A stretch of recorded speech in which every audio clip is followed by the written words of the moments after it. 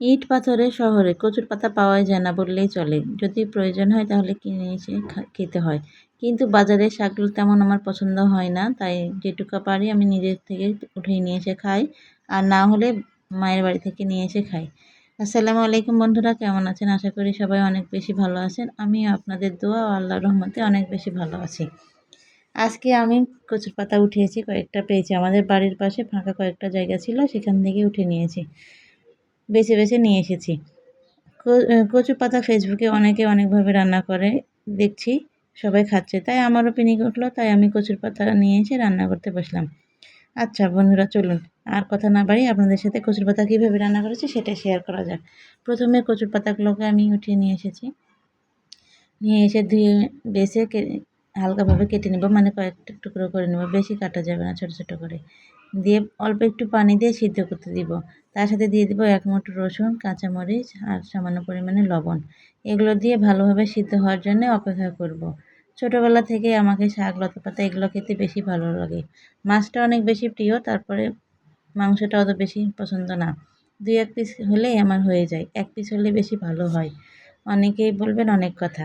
আমি ফেসবুকে শুধু এই শাক পাতা, লতা পাতা এগুলোরই ভিডিও ছাড়ি। আচ্ছা বলুন তো, আমি যেগুলো রান্না করি সেগুলোই, আর যেগুলো আমার ভালো লাগে সেগুলোই তো রান্না করি। ওগুলো রান্না করি যখন। মাছ মাংস খাই না খাই সেটা পরের বিষয়।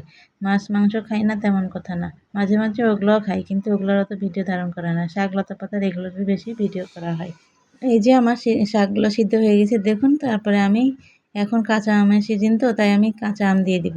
টক অন্যভাবে আচার এটা সেটা দেওয়া হয়, তাই আজকে মনে হলো আমার ঘরে যেহেতু কাঁচা আম আছে সেগুলো আমি দিয়ে দিই। ছোটো ছোটো কাঁচা আমগুলো দিয়ে দিলাম।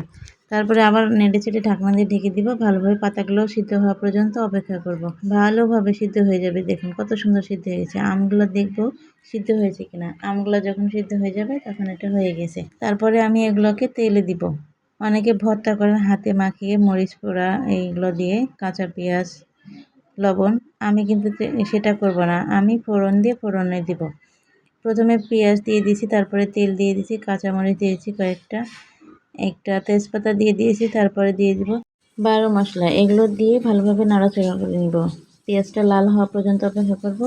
হালকা আঁচে সুন্দরভাবে লাল লাল করে ভেজে নেব। পেঁয়াজটা ভাজা হয়ে গেলে এটাতে অ্যাড করব সিদ্ধ করে রাখা কচুর পাতা, বা দিয়ে ভালোভাবে নাড়াচাড়া করব। তার সাথে দিয়ে দেবো আদা বাটা, রসুন বাটা, গরম মশলার গুঁড়া, সবগুলো দিয়ে সুন্দরভাবে নেড়ে চেড়ে নামিয়ে নেব।